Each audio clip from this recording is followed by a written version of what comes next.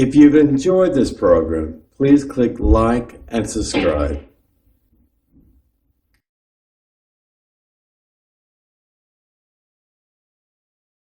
Peace. Guide its leaders and advisors with your light and your truth. Help them with your good counsel. Strengthen the hands of those who defend our holy land. Deliver them. Crown their efforts with triumph. Bless the land with peace and its inhabitants with lasting joy. And let us say, Amen. Amen. And there is also a prayer for the return of the hostages. May God have mercy on our fellow Jews who face oppression or imprisonment on land or at sea, and may God soon deliver them from trouble to well-being, from darkness to light, from subjugation to redemption. And let us say, Amen. I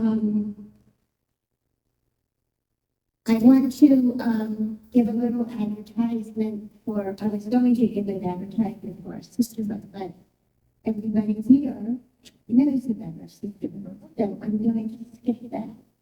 And I'm going to just go right into introducing Sheina. She is a member of our board of directors. She and her husband are relatively new members of our congregation, and they have jumped in, both of them, with enthusiasm and with caring, and we are so happy that they are members of our synagogue, and that Leora is also a member of our synagogue. I have found working with Sheina that she's a delightful person. She's talented, she's a singer, she's a budding author, and she's an excellent cook. And I'm going to turn the program over to my friend, Sheina. Thank you, Joan. Happy to be here. And my husband often brings up that I'm not thankful. Why am I driving with festival bread and the other chores? And let's think about it even differently. We are taking our flour for granted, and we're taking our matzah for granted too. What do you think this is? This is how Egyptian women actually used to ground their wheat.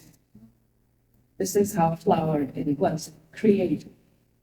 And this is, can you imagine the length of this process?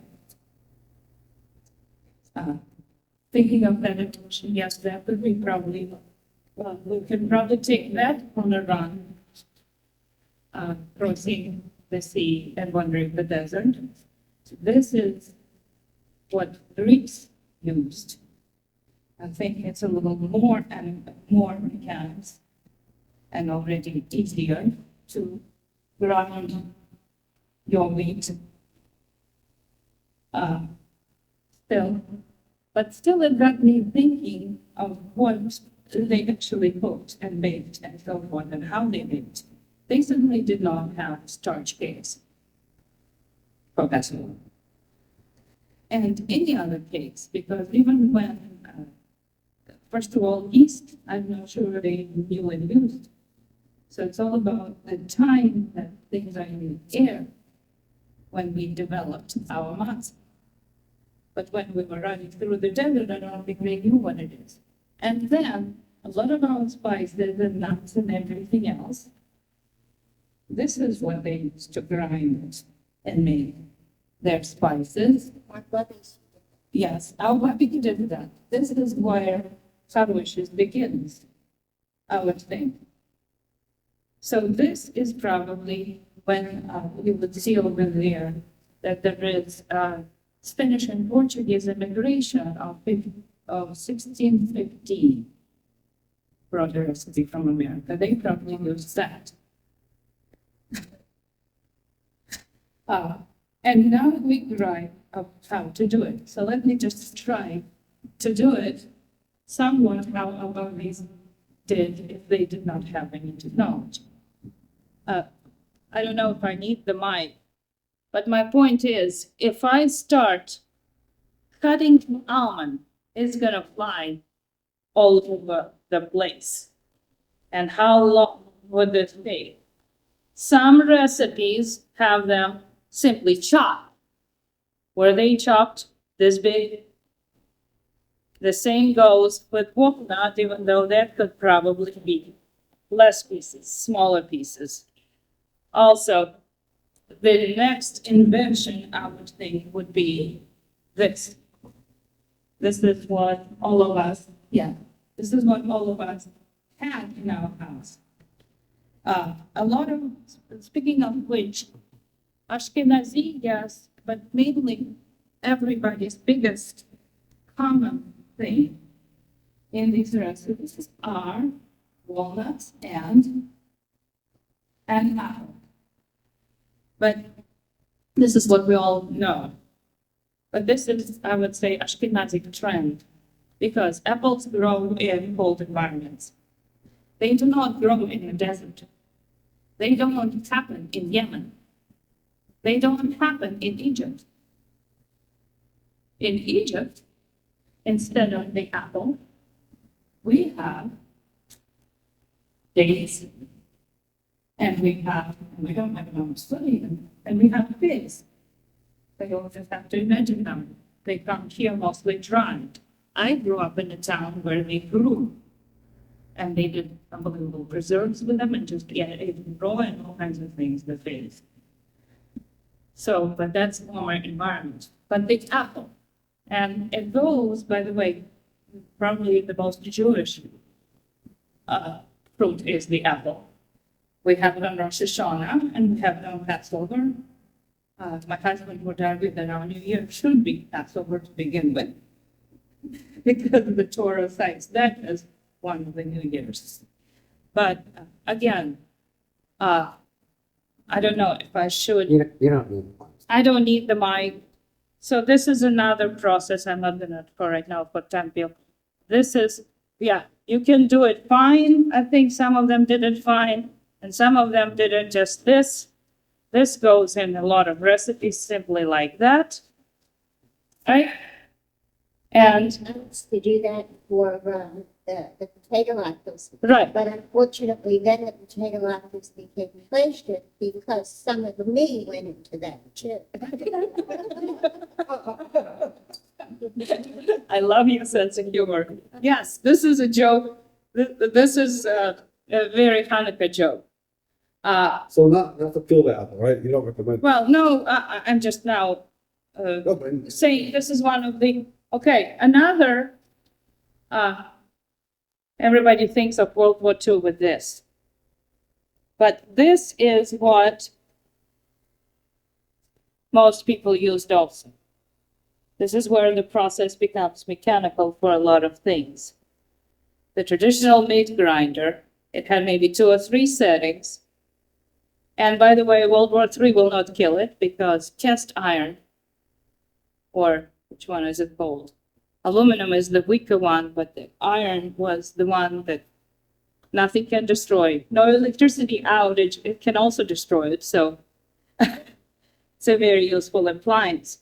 That is before of our age and our appliances and our differences. So if we did not have, I don't have the patience right now to chop this. So this is the difference between Ashkenazi and Sephardi, you could say. If I put walnut in here, it's more Ashkenazi. If I put almond in here, it kind of becomes Sephardi. In the same apple. And then we also have, well, it's right here. Also have raisins. And with some cinnamon, it's pretty much ready. And a lot of common ground, they also have wine. We used only that, even though they sometimes cite in your recipes various brands and, get fancy. I am not fancy with wine, and I knew that health-wise, people here wouldn't be fancy with wine, so we just went simple. Now, some of the recipes were quite a discovery out there. For instance, the Italy. Italy, oh, by the way, yeah, this is what I thought about common ground. If you look at the pink, these are the apple. 1, 2, 3, 4 recipes have the apple. 1, 2, 3, 4 recipes have the walnut. Our alternative to the walnut, the almond, is a Spanish Portuguese. And then very interestingly, Yemenites have the sesame seed. Is there one ingredient that's across the board that everybody has? No, not everybody, but this is the apple is the most common one, and then the raisin appears, and it could appear. It appears here on 2, but it can go in more. Why? Why would raisin go in more? Think about it. Imagine Imagine, I don't know, even Siberia, where Jews are even hiding their Jewishness.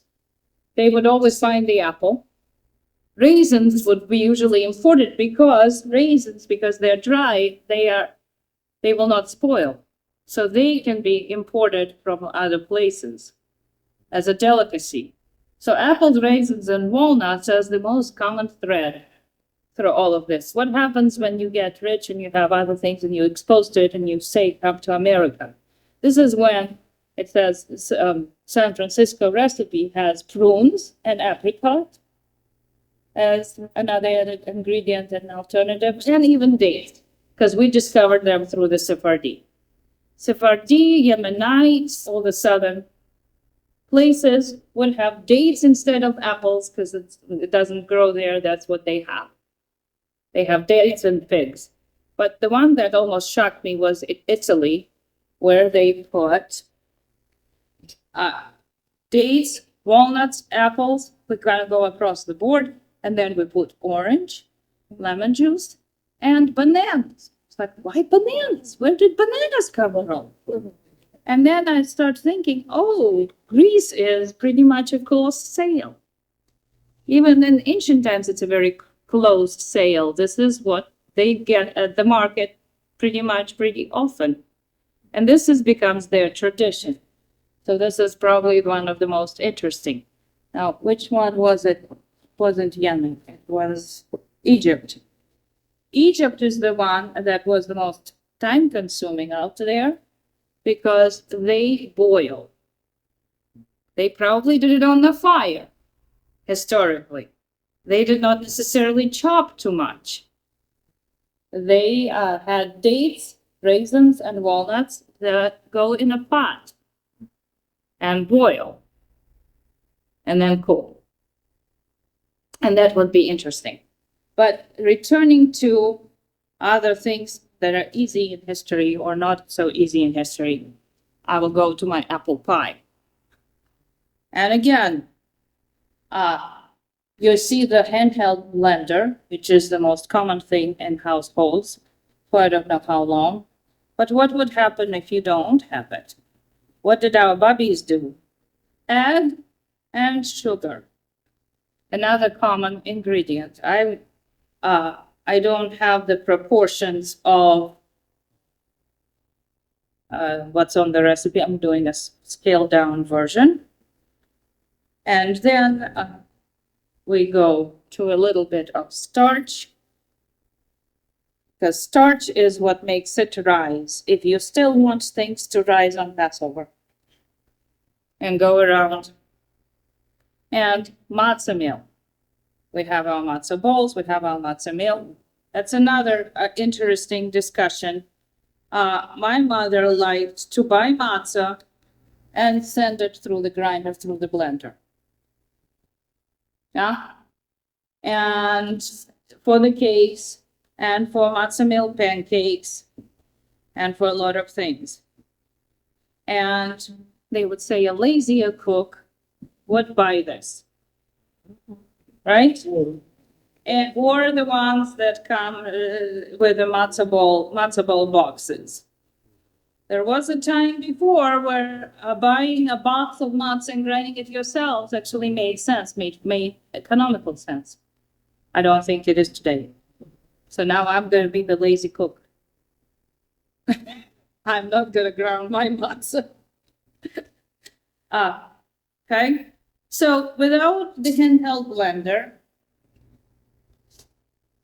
I made Joan the same thing. Okay? I made the dough, or what we have as Passover dough. Now, this is almost a cooking trick. Now, in Passover, we use olive oil or all these other, I've never heard of cottonseed oil and grapeseed oil, and what's the other alternative? This is canola, but the rabbi said we're not on Passover time yet. The point is, we don't have any shortenings. This is what I do. I simply coat it, and then you coat it you sprinkle it with matzah meal for it not to stick, and it worked because our cake came out. This is the next step, and the step out, I ran out of apples. Oh, no, I do have apple. And for Shammai, to tell you, no, I usually do peel. I peel, Oh, don't do it. but, It has all the minerals and the vitamins. right, and then you put it in your mouth, right? You peel, and you eat, and you cut, right? Anyway, again, I don't know the point of this demonstration right now, but in the cake, sometimes even with its skin, you do little cubes of it. Here they are. Here they are pre-made. And the one I did old school without technology. And there are a lot of places in the diaspora right now, and maybe Israel itself, where this is the only option for Passover, I don't know. And voila, on top of your apples goes the matzah meal with sugar and eggs. And you spread. All these recipes can be found at the table. Yeah, at the table you have all of these recipes. This essentially is very simple if you buy matzah meal. Eggs, sugar, matzah meal. And see, I can roll it around to be coated. And I said 350, about 20-30 minutes. And It was done very quickly. yeah, their oven was a big surprise. Every time you go to a new place, the oven is going to be a surprise for you. They were very hot and very fast. They did it very fast. I had somewhere over here too. Anyway, you put it in, then with a toothpick you check whether it still sticks. And then what my mother used to do, she would wet a towel, put it on the counter, then take it out, put it on the wet towel for it to flip and not stick and kind of be pretty when it comes out.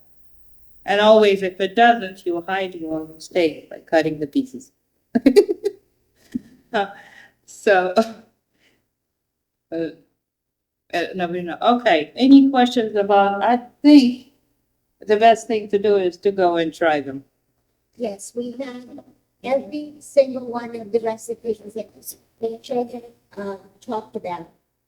They're Right, in the book, yeah, they, and where they came from. There's a little card that Sheina made. It's behind each of the bowls. And please try every single one. And on the table, there are packets of little matzah crackers for you to spread it on. And maybe, just maybe, you'll make some of these recipes. Well, at least one. yeah. Well, we are doing it. I already know, we're definitely trying the Yemenite one.